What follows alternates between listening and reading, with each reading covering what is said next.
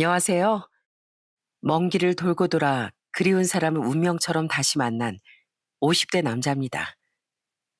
여러분 혹시 연금술사라는 책을 읽어보셨나요? 그 책에 보면 이런 구절이 나옵니다. 그렇게 될 일은 결국 그렇게 된다. 젊은 날 이 책을 읽었을 땐 이 구절이 어떤 의미인지 잘 몰랐습니다. 하지만 시간이 흐른 뒤 다시금 그 문장을 생각해 보니 제가 살아온 모든 인생이 저를 어디론가 이끌고 있었다는 걸 알게 되었습니다. 비록 아주 오랜 시간이 걸렸지만 결국은 저와 다시 만나게 된 저의 운명에 대해 말씀드리고 싶어요. 글솜씨는 없지만 잘 들어주셨으면 좋겠습니다. 저는 지금 작은 중소기업의 대표로 일하고 있어요. 큰 회사는 아니지만 그래도 많은 직원의 생계를 책임지고 있죠. 어릴 적 가난했던 시절을 생각하면 오늘 이 자리에 올라온 것만으로도 정말 감사드리고 있습니다. 예전에 저희 집이 얼마나 가난했냐면 당장 먹을 밥이 없어서 동네 사람들에게 음식을 얻어먹을 정도였어요. 그래도 그 시절엔 이웃끼리 서로 도우며 살아가는 따뜻함이 있었답니다. 어려운 살림이었지만 이웃집 아주머니가 찬밥이라도 나눠주고 옆집 아저씨가 고구마 몇 개라도 건네주면 세상 모든 걸 다 가진 것처럼 행복했어요. 세호 엄마, 세호 엄마 집에 있어? 내가 떡을 좀 쪘는데 애들이랑 세호 아버지랑 나눠 먹으라고 가져왔어. 어머, 매번 이렇게 챙겨주셔서 정말 감사해요. 저희가 늘 얻어먹기만 해서 어떡하죠?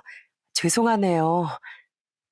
죄송하긴 이웃끼리 나누면서 사는 거지. 그게 한 동네 사람끼리 정이지, 정. 비록 늘 배고프고 부족했지만 그래도 마음만은 따뜻했던 시절이었어요. 별다른 능력이 없던 부모님은 남의 집의 농산일이나 집안일을 도와주고 품삯을 받아 겨우 생계를 이어가셨어요. 그러다 보니 같은 반 친구 집인데 저희 부모님이 그 집에 가서 일을 종종 보기도 했습니다. 사춘기 시절엔 그게 어찌나 부끄럽던지 가끔 허드렛 일을 하는 부모님을 모른 척하기도 했어요. 특히 저희 집에서 멀지 않은 곳에 같은 반인 여자애가 하나 살고 있었는데 부모님이 그 집에 일하러 가실 때 제가 제일 짜증을 냈던 것 같아요. 엄마, 또 저 양옥집에 일하러 가세요? 차라리 다른 집에 가시면 안 돼요? 일 시키는 집 많잖아요. 얘가 오늘따라 왜 이래? 일이 어디 가고 싶은 것만 골라서 갈 수 있는 줄 아니? 먹고 살려면 그저 시켜주는 일에 감사하게 생각해야 하는 거야.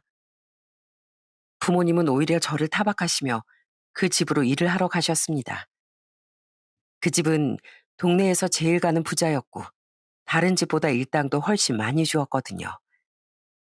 어린 마음엔 그런 부모님이 믿기만 했습니다. 그래서 그 집 아줌마 아저씨가 부모님께 챙겨주신 간식조차 일부러 먹지 않곤 했어요. 왜 아직도 심통이 나 있어? 그 집 사모님이 일부러 너 좋아한다고 가래떡까지 구워서 챙겨주셨는데 와서 좀 먹어봐. 너 혹시 너랑 동창이라는 그 집 딸내미 때문에 그러니? 아니에요. 그냥 아까 저녁을 많이 먹어서 배불러서 그래요. 엄마는 알지도 못하면서. 괜히 절 놀리는 엄마를 두고 저는 버럭 화를 내며 이불을 뒤집어 썼습니다. 부모님은 그런 절 보며 우리 아들 장가 보내야겠다며 깔깔 웃으셨죠. 저는 어린 마음에 괜히 쑥스러워서 학교에 가서도 그 부잣집 딸인 선진이를 일부러 피해 다녔습니다. 그렇게 얼마간의 시간이 흘렀습니다. 어느 날 선진이가 교실 한쪽으로 절 조심스럽게 불러 세웠어요. 세호야, 이거 우리 엄마가 떡 해줬는데 가져가서 먹어. 요즘 너희 어머니께 챙겨드려도 잘 안 가져가신다며? 선진인 그러더니 제게 작은 보자기 하나를 내밀었습니다. 거기엔 따끈따끈한 떡과 고구마가 들어있었어요. 저는 자존심이 너무 상해서 짜증을 냈습니다. 됐어, 안 먹어. 우리 집이 거진 줄 알아? 너희 집에서 일하는 우리 부모님 불쌍해서 주는 거지? 뭐?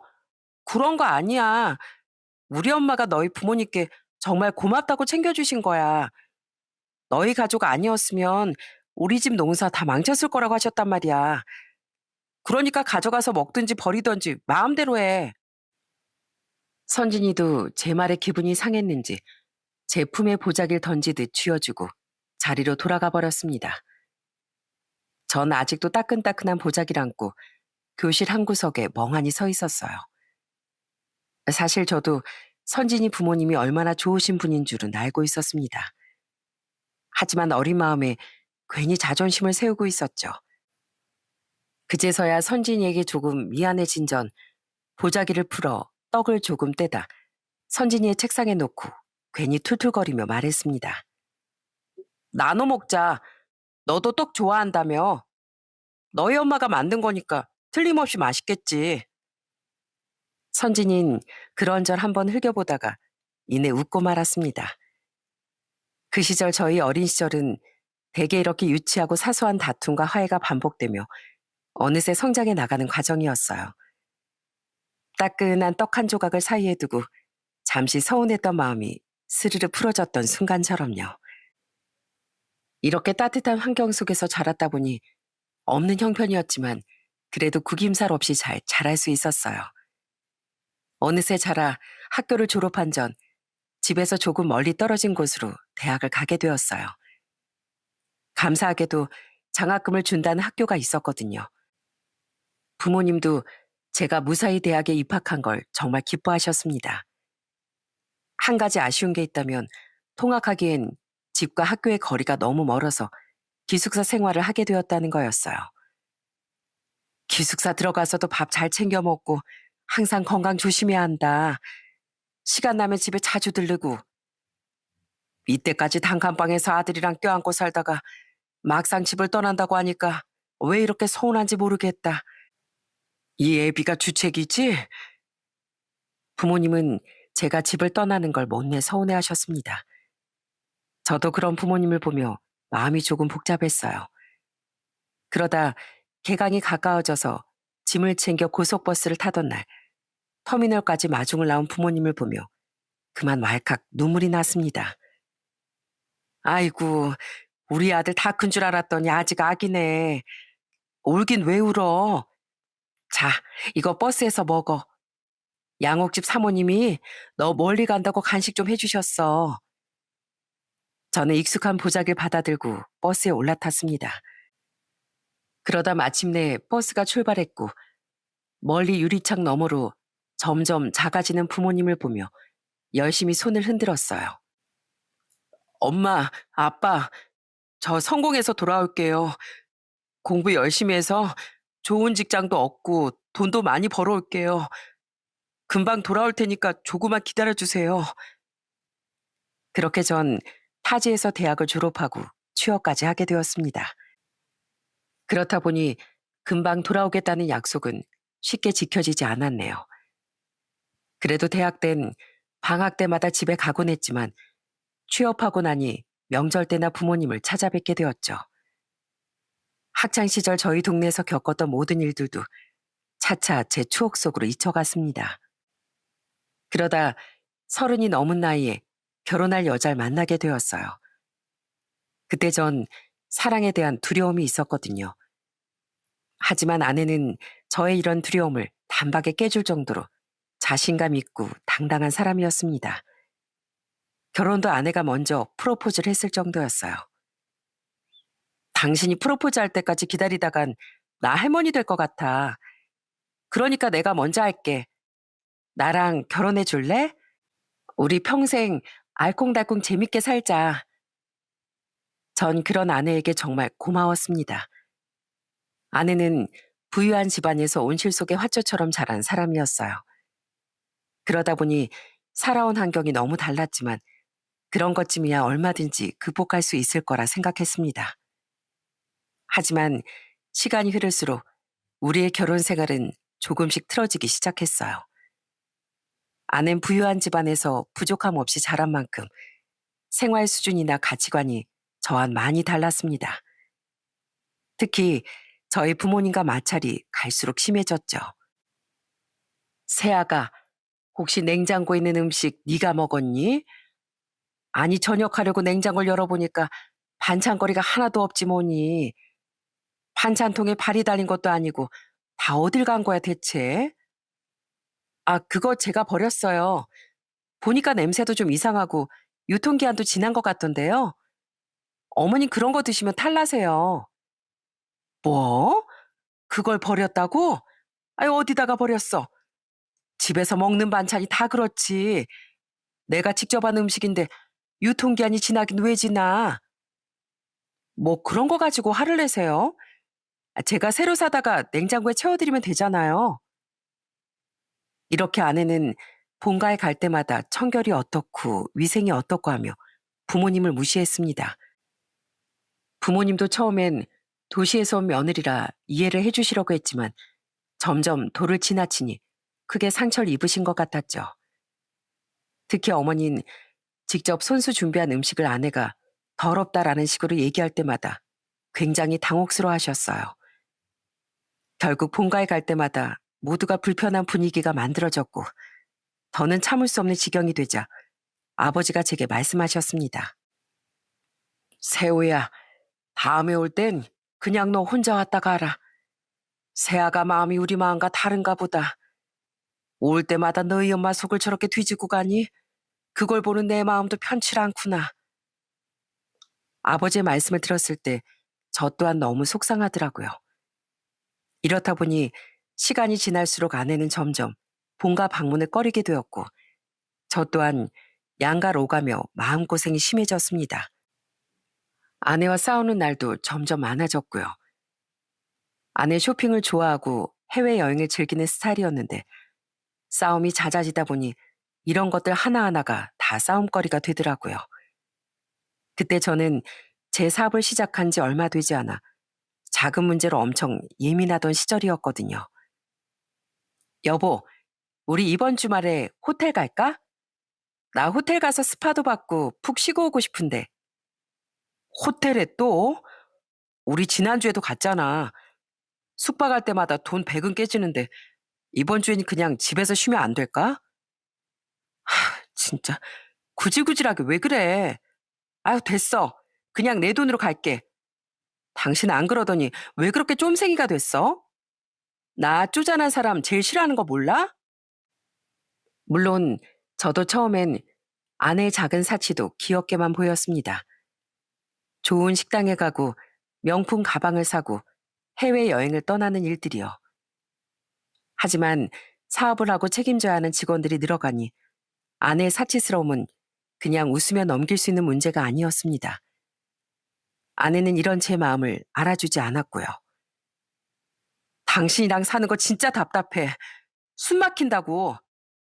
이럴 거면 나랑 결혼은 왜 했어? 이렇게 구질구질하게 살 거면 결혼 왜 했냐고. 진짜 후회된다, 후회돼. 아내는 급기야 저와의 결혼을 후회한다고 말하더군요. 아내의 말에 저 역시 크게 상처를 받았죠. 후회된다고? 어떻게 그렇게 말할 수가 있어? 내가 회사에 신경 쓰고 당신까지 챙기느라 얼마나 애썼는지 몰라? 나도 힘들어. 당신이 우리 집에 갈 때마다 부모님이랑 싸우는 것도 힘들고 당신 그 씀씀이를 감당하는 것도 버거워. 결국 저희 부부는 점점 서로를 이해할 수 없게 되었고 점점 끝을 향해 달려갔습니다. 그때 제 나이가 40대 중반이었는데 저는 뭐든 잘해보려고 열심히 살았는데 왜 이렇게 된 건지 괴로웠습니다. 그렇게 싸움이 심해지던 어느 날 아내는 결국 제 손을 뿌리치고 떠나버렸어요. 당신이 이렇게 답답하고 구질구질한 인간인 거 알았으면 나 결혼하자고 안 했을 거야. 당신은 날 속였어. 나 더 이상은 못 참아. 난 내가 원하는 삶을 살고 싶어. 우린 여기까지인 것 같아. 잘 지내. 저는 차마 떠나는 아내를 붙잡지 못했어요. 차라리 헤어지는 게 서로를 위한 길인 걸 알고 있었거든요. 그로부터 시간이 얼마 흘러 전 부모님께 조심스럽게 제 이혼 소식을 전했습니다. 부모님은 별다른 말씀 없이 그저 제게 고생했다고 말해주셨어요. 서로 원망할 것도 없다. 그저 서로 맞지 않은 사람이었던 거야. 너도 그 애도 아직 젊으니까 지난 날은 잊고 앞으로 잘 살면 된다. 우리 아들 마음고생 너무 많이 하지 말았으면 좋겠구나. 그날 이후로 다시 혼자가 된 전 경주마처럼 오로지 회사 일에만 집중했습니다. 덕분에 회사는 나날이 성장했지만 제 마음 한구석엔 계속 공허함만이 가득했어요. 아무리 성과를 올리고 새로운 계약을 따내도 이상하게 마음이 채워지지 않더라고요. 그렇게 또 몇 년이 흘렀죠. 5명도 안 되는 직원들로 시작한 회사는 어느새 30여 명의 직원들이 있는 중소기업이 되었답니다. 그러던 어느 봄날 한 신입사원이 입사를 했죠. 격리로 입사한 친구였는데 젊은 친구가 싹싹하고 인사성이 참 밝더라고요. 안녕하세요. 이번에 입사한 김민정이라고 합니다. 앞으로 열심히 하겠습니다. 잘 부탁드려요. 이건 저희 어머니가 제 입사떡으로 해주신 건데 괜찮으시면 한 조각씩 드셔보시겠어요? 신입사원은 어머니께서 해주신 떡을 전 직원에게 한 조각씩 나눠주었어요. 요즘은 이런 문화가 많이 사라지기도 했고 혹시 신입사원이 입사떡 내는 것에 부담을 느껴 어머니께 부탁드린 건 아닐까 슬며시 걱정이 되더군요. 그래서 저는 다른 직원을 통해 앞으로는 이런 건 하지 않아도 된다고 부드럽게 타일렀습니다. 하지만 신입사원은 오히려 떡을 몇 개 더 챙겨오며 환하게 웃었어요. 절대 그런 거 아닙니다. 저희 어머니가 워낙 떡이나 간식 만드는 걸 좋아하세요. 어머니도 저도 떡이 너무 잘 나와서 나눠 먹고 싶어서 가져온 것이니까 오해하지 않으셔도 돼요. 신입사원이 그렇게까지 말하니 결국 저도 떡 한 조각을 받아들었어요. 괜히 더 사양했다간 오히려 민망할 것 같았거든요. 저도 집에서 만든 떡은 오랜만에 먹는 거라 구미가 당기기도 했습니다. 아직 온기가 남은 떡을 한 입 베어 물자 어딘가에서 먹어본 익숙한 맛이 떠올랐어요. 쫀득하면서도 고소한 그 맛이 꼭 어릴 적 먹던 떡 맛과 똑같았거든요. 전 앉은 자리에서 떡을 몇 개나 먹어치우며 오랜만에 옛 추억을 떠올렸습니다. 이거 참 30년도 더 전에 먹어본 떡 맛이랑 신기하게 똑같네. 선진이랑 아주머니 아저씨는 잘 계시겠지? 그 무렵 이혼을 하고 회사 일에 매진하다 보니 명절날에도 부모님이 저희 집으로 찾아오시는 경우가 많아졌습니다. 그렇다 보니 고향 사람들이나 친구들 소식도 뜸해졌고요. 이제 다들 50이 넘는 나이가 되었을 텐데 부디 어디서라도 건강하게 살고 있길 바랄 뿐이었죠. 입사한 이후 떡으로 점수를 톡톡히 따낸 신입사원은 맡은 업무를 누구보다 성실하게 해냈습니다. 아직은 서툴고 실수가 잦았지만 잘못을 감추거나 변명하지 않고 매번 밝게 다음엔 더 잘하겠습니다. 라고 말하는 모습이 참 보기 좋았어요. 언젠가 한 번은 제가 직접 결제 서류를 보다가 바로잡을 부분을 발견하고 신입사원을 대표실로 부른 적이 있었어요. 앞으로 업무 보다가 헷갈리고 모르는 일 있으면 언제든지 주변 상사들에게 물어봐요. 나한테 직접 물어도 좋고. 신입은 교무실에 불려온 학생처럼 손에 서류를 한가득 안고 서 있었는데 어찌나 긴장했는지 땀까지 송골송골 맺혀 있더라고요. 제 앞에서 잔뜩 긴장한 모습으로 서류를 하나씩 펼쳐가면서 피드백을 듣는 모습이 마치 사회 초년생 때 제 모습 같아 웃음이 나오더라고요. 민정 씨, 그렇게 긴장 안 해도 돼. 누구나 처음엔 다 실수하는 거야. 처음부터 잘하는 사람이 어딨어. 실수 많이 하면서 큰 사람이 나중에 제일 성장하는 거야. 알겠어요? 제 말에 신입사원은 씩씩하게 대답하더군요. 네, 앞으로도 모르는 거 꼭 여쭤보겠습니다. 잘 가르쳐 주셔서 감사합니다. 저는 신입사원의 젊고 건강한 모습을 보면서 문득 저런 딸이 하나 있었으면 참 좋았을 텐데 하는 생각이 스쳤습니다. 제가 아무래도 늦은 나이에 결혼과 이혼을 겪다 보니 자식을 볼 일이 없었으니까요. 그런 아쉬움에 더욱 그런 마음이 들었는지도 모르겠습니다. 신입사원의 나이가 20대 중반쯤 되었던 것 같은데 제가 제때 결혼을 했다면 딱 저만한 딸이 있었겠구나 싶어 괜히 뭉클해졌어요. 그 이후로도 신입이 구슬땀을 흘리며 열심히 일하는 모습을 볼 때마다 저는 가끔 아빠처럼 챙겨주고 싶은 마음이 들었습니다. 저 말고도 나이가 지긋한 다른 직원들도 싹싹한 신입을 딸처럼 예뻐하며 챙겨주곤 했죠. 민정 씨, 밥은 잘 챙겨 먹고 있지? 점심시간 끝나려면 멀었는데 왜 벌써 들어왔어? 너무 대충 먹지 말고 식사 잘 챙겨 먹어요. 젊을 때일수록 건강 잘 챙겨야 돼. 신입은 열정이 넘치는지 점심시간에도 나가서 먹기보단 업무를 보며 대충 끼니를 때우는 것 같더라고요. 네, 감사해요. 대표님도 점심 꼭 잘 챙겨 드세요. 아, 혹시 그때 제가 드렸던 떡 생각나시면 언제든지 말씀해 주시고요. 어머니가 그때 다들 맛있게 드셨다고 하니까 정말 기뻐하셨어요. 그래, 고맙네.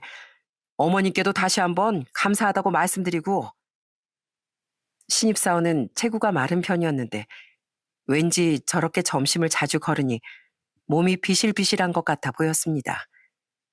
하지만 밥 먹으라고 더 잔소리를 했다간 너무 꼰대 같아 보일까봐 일단 참고 넘어갔죠. 대신 은근슬쩍 방법을 바꿨어요. 오늘 비도 오는데 다 같이 점심이나 같이 할까?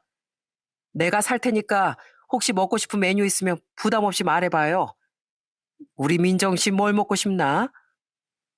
아, 전 오늘 속이 좋지 않아서 다른 분들 드시는 거 따라가겠습니다. 하지만 신입은 아무리 맛있는 점심을 사줘도 깨작깨작 먹다가 수절 내려놓더군요. 그래서 혹시 젊은 친구답게 간식거리를 좋아하나 싶어 그때부터 사무실에 부지런히 간식을 사다 날랐어요. 아, 내가 빵이랑 케이크를 좀 사왔는데 다들 먹고 해요. 요즘 친구들은 달달한 디저트 좋아한다던데 우리 막내 민정 씨도 좋아하나? 아, 네, 정말 좋아해요. 엄청 좋아하죠. 아, 진짜 맛있겠다. 신입은 군침까지 흘리며 황홀하게 디저트를 바라보다가 결국엔 한 입도 먹지 않더라고요. 그때부터 전 조금 의문이 들었어요. 무슨 일인지 신입이 뭘 맛있게 먹는 걸 본 적이 없었으니까요. 아무래도 젊은 사원이다 보니 다이어트를 하나 싶기도 했지만 그런 것 치곤 신입은 아주 말라 보였어요. 그렇게 또 며칠이 흐른 뒤 제 우려는 마침내 큰 사고로 이어졌습니다. 그때가 점심시간이 조금 지난 무렵이었어요. 저는 그날 점심 약속이 생각보다 일찍 끝나서 다른 직원들보다 빠르게 사무실로 복귀했습니다. 당연히 다들 식사하러 가고 사무실에 아무도 없을 거라고 생각했는데 역시나 신입사원이 혼자 사무실을 지키고 있더라고요. 민정 씨, 왜 아직 안 나갔어? 설마 오늘도 점심 굶은 거야? 신입은 갑자기 제 목소리가 들리니 깜짝 놀라면서 자리에서 벌떡 일어나더군요. 그러더니 민망했는지 머리를 긁적였습니다. 아, 대표님, 그게요. 제가 점심을 일부러 거른 게 아니라 그런데 바로 그때였어요. 제게 뭐라고 변명을 하던 신입사원의 얼굴이 갑자기 창백해지더니 그대로 앞으로 고꾸라져 버렸습니다. 저는 너무 깜짝 놀라 곧바로 신입에게 달려갔어요. 저 역시 식은땀까지 흘리며 신입을 흔들어 깨웠는데 이미 실신을 한 상태였습니다. 민정 씨, 정신 차려봐. 괜찮어? 내 목소리 들려? 아, 이게 무슨 일이야 대체? 신입은 희미하게 몸까지 떨고 있었어요. 아무리 봐도 이대로 있다간 큰일 날 것 같았죠. 저는 119를 기다릴 새도 없이 곧장 그 신입을 얻고 병원으로 뛰었습니다. 다행히 회사 앞에 큰 병원이 하나 있었거든요. 신입사원을 얻고 병원으로 뛰는 20분이 제게는 군 시절 행군을 하는 것보다 더 느리게 느껴졌습니다. 그때 신입은 제 등에 축 늘어진 채 간신히 숨만 내쉬고 있었고 저는 안간힘을 다해 병원 응급실 문을 밀어 젖혔습니다. 여기요. 여기 좀 먼저 봐주세요. 잘 있다가 갑자기 의식을 잃었어요. 식은땀을 흘리며 웬 여자를 얻고 온 제가 다급해 보였는지 다행히 빠르게 처치를 받을 수 있었어요. 저는 의사에게 신입이 쓰러진 이유를 듣고 하도 어이가 없어서 한숨이 절로 나왔죠. 신입이 쓰러진 이유는 바로 영양실조였습니다. 요즘 세상에 영양실조가 무슨 말이야? 아니, 민정 씨, 정신이 좀 들어요? 민정 씨 영양실조래요. 대체 밥을 얼마나 안 먹었길래 기절까지 해? 그때 간신히 정신을 차린 신입은 하얗게 질린 얼굴로 이제 괜찮다고 했지만 아무리 봐도 괜찮아 보이지 않았어요. 괜찮긴 뭐가 괜찮아. 민정 씨가 살집이라도 있는 사람이면 밥 안 먹는 거 이해라도 하겠지만 아무리 봐도 빼빼 마른 사람이 무슨 일이 있길래 영양실조가 올 정도로 밥을 굶는 거야. 그게 사실 저 되게 뚱뚱한 편이었어요. 어릴 때부터 몸이 약해서 어머니가 식사를 정말 잘 챙겨주셨거든요. 그렇다 보니 90kg가 넘는 비만이었는데 입사 전에 좋은 모습 보이고 싶어서 굶어서 살을 뺐어요. 30kg 가까이요. 뭐? 굶어서 그렇게나 살을 많이 뺐다고? 아이고, 이 사람아. 그렇게 극단적으로 다이어트를 하니까 영양실조가 오지. 당장 부모님 전화번호 대. 내가 얼마나 놀란 줄 알아? 저는 걱정되는 마음에 신입에게 잔소리를 해댔습니다. 신입은 연신 죄송하다며 어머니께 전화를 걸었어요. 엄마 전데요. 저 지금 병원이에요. 아니, 큰일은 아니고 일하다 쓰러졌는데 대표님이 병원까지 데려다 주셨어요. 큰일이 아니긴. 전화기 이리 줘봐요. 내가 어머님하고 통화를 좀 해야겠어. 안녕하세요, 어머님. 실례지만 전화 바꿨습니다. 민정 씨가 글쎄 영양실조라네요. 괜찮으시면 지금 당장 병원으로 오시는 게 좋겠습니다. 영양실조요? 지금 당장 가겠습니다. 수화기 너머로도 신입사원의 어머니가 얼마나 놀랐는지 여실히 느껴졌습니다. 그렇게 전 계속 신입의 곁을 지키며 어머님을 기다리고 있었어요. 그러길 1시간쯤 지났을까요? 저 멀리서 민정아를 연신 외치며 어떤 중년 여성이 다급하게 뛰어왔습니다. 엄마, 여기에요. 저 여기 있어요. 멀리서 보이는 신입의 어머님은 이마에 땀이 송골송골 맺혀 있었어요. 아마 전화를 받고 바로 달려온 모양이었죠. 저는 그때까지 신입사원만 보고 있다가 이참에 인사를 좀 드려야겠다 싶어서 자리에서 일어났습니다. 그리고 그 어머님이란 분의 얼굴을 보게 되었죠. 그리고 너무나 깜짝 놀라 그대로 자리에 주저앉고 말았습니다. 혹시 나 모르겠어요? 우리 아는 사이 같은데. 네? 그게 무슨... 아, 혹시 너 6학년 1반 김세호? 너 세호야? 그래, 나 세호야. 나 김세호 맞아. 너 선진이 맞지? 아이, 어떻게 여기서 다 만나? 정말 놀랍게도 신입사원의 어머니는 제 국민학교 단짝 박선진이었습니다. 세상에 어떻게 이런 인연이 있을 수 있는지 저는 떡 벌어진 입이 다물어지지 않을 정도로 깜짝 놀랐어요. 그리고 정말 창피하지만 눈에 눈물이 핑 돌았습니다. 대표님, 지금 우시는 거예요? 왜 우세요? 제가 이렇게까지 크게 놀라고 50이 넘은 나이에 눈물까지 보인 이유가 있었는데요. 그건 바로 선진인 영원히 제가 잊지 못할 제 첫사랑이었거든요. 이 나이도 첫사랑을 보고 눈물까지 흘리냐고 웃으시겠지만 선진인 제게 정말 특별한 의미를 가진 사람이었습니다. 선진이를 향한 제 마음은 다시 시간을 거슬러 올라갑니다. 중학생이 되어서도 같은 학교에 진학한 저와 선진인 여전히 단짝처럼 붙어 다녔어요.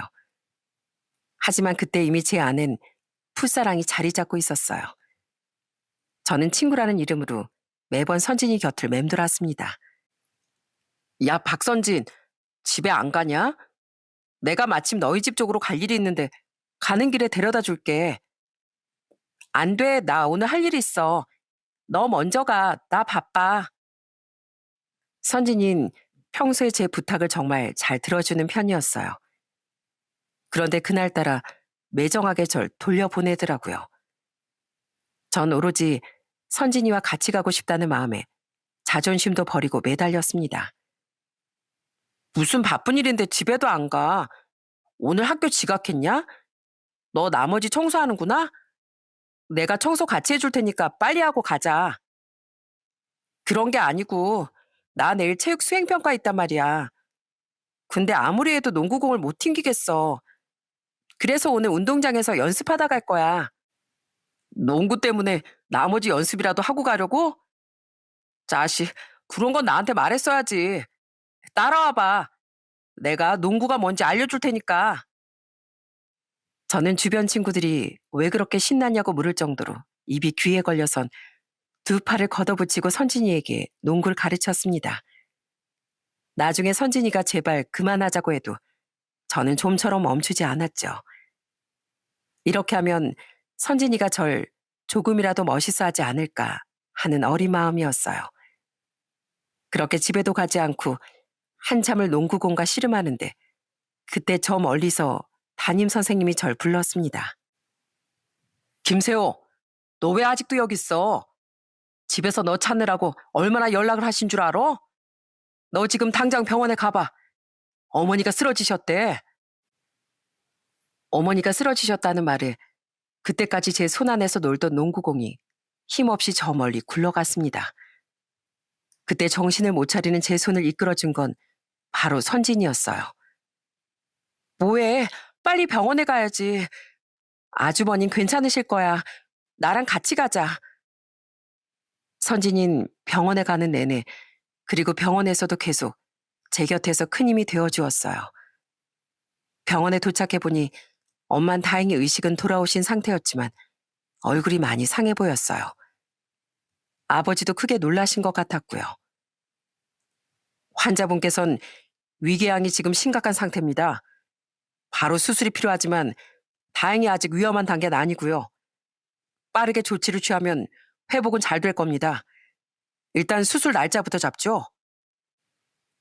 의사 선생님은 엄마의 위에 큰 문제가 있다고 했습니다.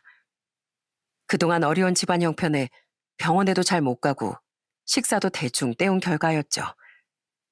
의사 선생님은 당장 수술 날짜를 잡자고 했지만 당장의 끼니를 걱정하며 사는 처지에 치료비는 어떻게 하나 걱정이 앞섰습니다. 엄만 역시 수술까지 받을 필요 없다며 당장 침대에서 일어나셨어요. 수술은 무슨 수술이야. 내 병은 내가 제일 잘 알아요. 그냥 약 먹고 좀 쉬면 나아. 나 괜찮아. 그러니까 당장 집에 가자. 무슨 큰일이라고 응급실까지 달려왔어. 아빤 그런 엄마를 다시 눕히며 떨리는 목소리로 화를 내셨어요. 이 사람아, 수술을 받아야 한다잖아. 내가 당신 수술비도 못 낼까 봐? 걱정 마. 내 위를 떼다 준 한이 있어도 당신 수술시킬 테니까. 남들에겐 얼마 되지 않는 병원비일 수도 있지만 저희에겐 정말 큰 돈이었어요. 선진인 그런 저희 가족을 한 발짝 떨어져서 지켜보다가 잠시 자리를 떠났습니다. 그때 전 선진이도 구질구질한 저희 집 형편을 보고 놀랐을 거라고 생각했어요. 하지만 얼마 지나지 않아 선진인 기세등등하게 다시 병원으로 찾아왔더라고요. 어딜 뛰어갔다가 왔는지 이마에 땀이 송골송골 맺혀 있었어요. 아휴, 힘들어. 내가 누굴 데려왔게요? 뛰어갔다 오느라고 혼났네. 세호 엄마, 쓰러졌다면서. 그래, 괜찮어? 우리 딸이 갑자기 집에 뛰어들어와선 세호 엄마 쓰러졌다고 어찌나 난리를 치던지. 아니, 수술까지 해야 한다면서. 선진이가 데려온 사람은 바로 선진이의 어머니였습니다. 선진이 어머님은 대충 저희 집 사정을 파악하셨는지 그 길로 바로 병원비 수납부터 하시고 제 아버지와 함께 병원에서 수술 날짜까지 잡으셨어요. 이런 일이 있었으면 당장이라도 날 부르지 그랬어. 우리 딸 아니었으면 나한테 얘기도 안 하고 넘어가려고 했지? 수술하면 나을 병이라는데 괜히 돈 때문에 병 키우지 말고 얼른 치료부터 받자고. 수술비 걱정은 하지 말고, 어? 선진이네 부모님은 가난한 저희를 대신해 병원비 수납과 수술비까지 도와주셨어요. 선진이네 덕분에 저희 엄만 건강하게 회복할 수 있었고요. 이 은혜를 어찌 갚아야 할지 모르겠습니다. 제 아내를 살리셨어요. 정말 감사드립니다. 아유, 감사는 무슨, 우리가 남이에요? 다 돕고 사는 거지. 내가 입원비도 미리 내놨으니까 빨리 태어날 생각 말고 완전히 나을 때까지 병원에 있어요. 알았지, 새우 엄마? 그 고집 좀 그만 부리고. 선진이 어머님은 정말로 멋진 분이셨어요. 저희에게 큰돈을 베풀어 주셨는데 생색은커녕 고맙다는 말도 못하게 하셨으니까요. 선진이도 그런 어머님을 닮아서 시간이 날 때마다 병원에 와서 제 말동무가 되어 주었답니다.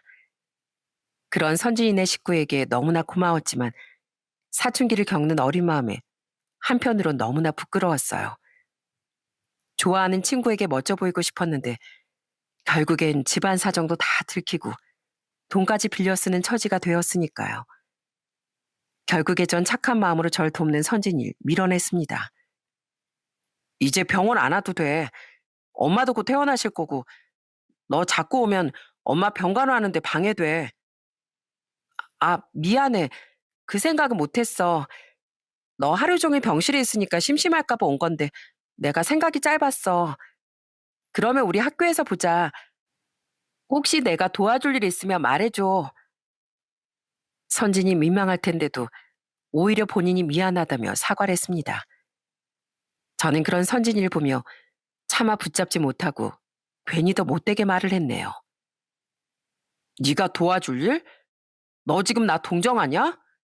네가 할 수 있는 일이면 나도 할 수 있어. 내 말은 그런 뜻이 아니었는데 너 지금 많이 피곤하구나. 알았어, 나 갈게. 아주머니 옆에서 조금이라도 자. 그렇게 돌아선 선진인 그날 이후로 다신 병원에 오지 않았어요. 학교에서도 예전처럼 먼저 다가오지 않았고 저도 어색해서 선뜻 말을 걸지 못했습니다. 늘 선진이와 함께 다니던 운동장도 매점도 교실 앞 복도도 이상할 만큼 쓸쓸해졌어요. 하지만 중학생이었던 전 미안하다고 고맙다고 말하는 것보다 제 자존심을 세우는 게 더 중요한 나이였죠.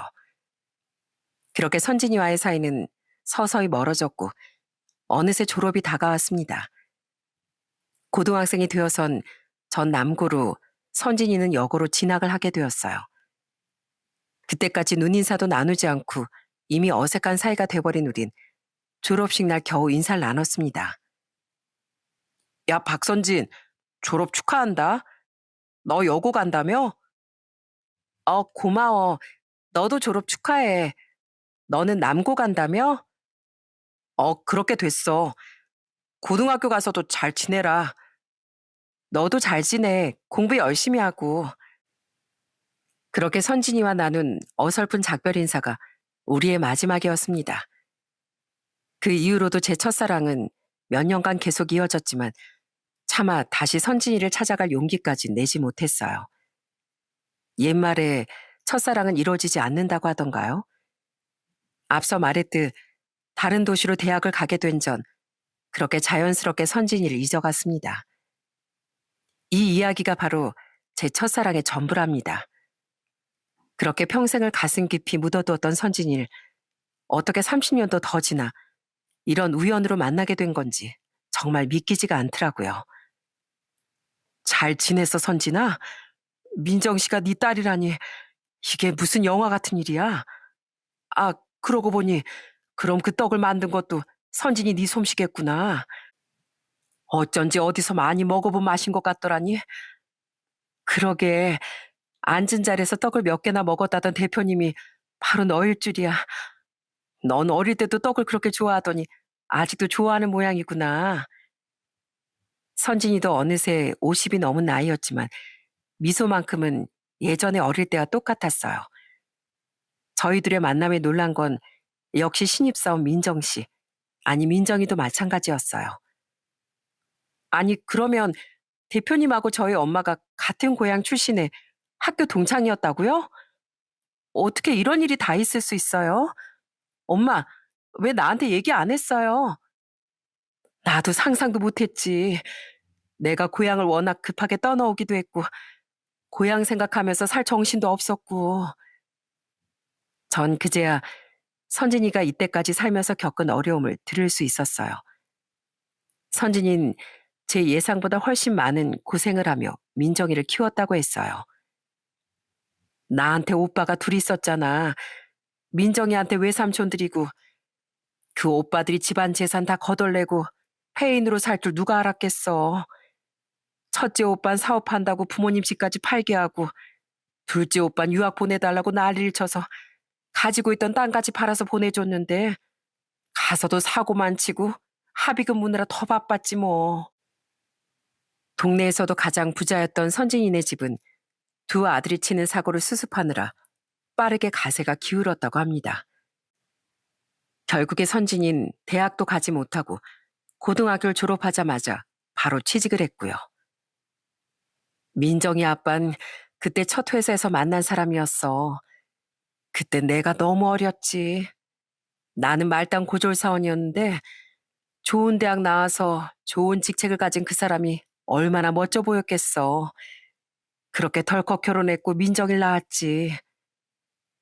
하지만 선진이의 결혼 생활은 순탄치 않았더군요. 불행했다고 하는 게 더 맞는 표현일 겁니다. 선진이 남편은 매번 가난한 처가를 무시하고 선진이를 구박하기 일쑤였답니다. 그러다 결국 바람까지 피웠고요. 그 사람이랑 이혼을 결심하기까지 얼마나 오랜 세월이 걸린 줄 알아? 나한테 가진 건 아무것도 없는데 내가 그 사람이랑 이혼하면 우리 딸을 제대로 키울 수나 있을까 무섭더라고. 선진인 상처로 얼룩진 지난 결혼 생활 이야기라며 가만히 민정의 얼굴을 쓰다듬었어요. 민정 씨, 아니 민정아, 엄마가 이렇게 고생을 하며 키워놨는데 영양실조로 실려오는 게 말이 돼? 앞으로는 밥 잘 먹을 거지? 그래. 세호랑 얘기하다가 잠깐 잊고 있었는데 너 운동해서 살 뺐다고 하더니 굶어서 뺀 거였어? 너 정말 엄마 간 떨어지게 할래? 민정인 그날 저와 선진이에게 잔소리를 2배쯤 듣고 앞으로는 밥을 잘 먹겠다고 약속을 하고 또 약속했습니다. 그렇게 민정인 하루쯤 더 입원시키기로 하고 정말 오랜만에 선진이와 저 단 둘이서 시간을 가질 수 있었어요. 선진아, 그땐 내가 너무 어려서 용기가 없었다. 용서해다오. 혹시 너만 괜찮다면 이제라도 내게 기회를 줄 수 있겠어? 저는 사춘기 소녀처럼 얼굴까지 붉히며 선진이에게 말을 건넸습니다. 선진이도 그 시절 소녀의 얼굴로 절 보고 빙그레 웃어주더군요. 그렇게 전 뒤늦게나마 선진이에게 먼저 다가갔습니다. 둘 다 이혼의 상처가 있는지라 결코 서두르거나 재촉하지 않았어요. 그냥 그 옛날 선진이가 그랬듯 가만히 곁을 지켜주었죠. 세호야, 우리 어머니한테 너 만난 얘기하니까 깜짝 놀라시면서 보고 싶다고 난리시더라. 괜찮으면 우리 엄마랑 식사 한번 할래? 너희 어머님? 당연하지. 내가 먼저 찾아뵙고 인사드렸어야 했는데 너무 늦었네. 미안해. 당장 시간 잡자. 그래, 어머님은 건강하시지? 그렇게 다시 찾아뵙게 된 선진이 어머님은 백발이 성성한 모습이셨지만 예전에 그 멋지고 당당하던 그 얼굴 그대로셨어요. 어머님은 눈물을 글썽이며 제 손을 잡아주셨어요. 세호야, 이게 몇 년 만이냐? 그래, 잘 지냈어? 내가 아들놈들 때문에 급하게 이사하느라고 세혼의 소식을 통 못 듣고 살았다. 그래, 다들 건강하시지? 네, 그동안 잘 지내셨어요? 얼굴이 그대로세요. 저희 부모님도 건강하게 잘 지내세요. 어머님의 말씀을 들어보니 선진이네 아버님은 몇 해 전 작고하셨고 어머니만 선진이네 근처에 살고 계시다고 했습니다. 그동안 선진이가 딸 키운다고 재혼도 안 하고 혼자 사는 게 영 마음에 걸렸는데 둘이 이렇게 나란히 서 있는 거 보니까 내가 이제 눈을 감아도 여한이 없다. 어머님, 아니 장모님 왜 그런 말씀을 하세요? 어린 시절 장모님께서 저희 집을 도와주시지 않았다면 오늘 이 자리에 저 없었을 겁니다. 그러니까 앞으로도 오래오래 제 효도 받으셔야죠. 그래, 그래, 고맙다. 우릴 다시 찾아줘서 참 고마워. 다시 멀어지지 말겠나. 응. 그렇게 먼 길을 돌고 돌아 마침내 선진이와 전 한 가족이 되었답니다. 저희 부모님도 선진이를 보시고선 자리에서 펄쩍 뛰실 정도로 놀라셨고 또 기뻐하셨어요. 지금은 두 분 모두 8순이 넘으셨는데 아직도 며느리 사랑으론 동네에서 1등이라니까요. 무엇보다 저희 집의 가장 큰 복덩이인 이젠 제 딸이 된 민정이었죠. 민정인 처음엔 조금 어색해하는 것 같더니 지금은 세상 누구보다 애교쟁이 딸, 사랑스런 손녀가 되었답니다. 아빠, 떡 좀 그만 드세요. 오늘도 밥 대신 떡 드셨죠? 이러면 외할머니한테 떡 그만 만들라고 할 거예요. 아이고, 우리 딸이 아빠 떡도 못 먹게 하네.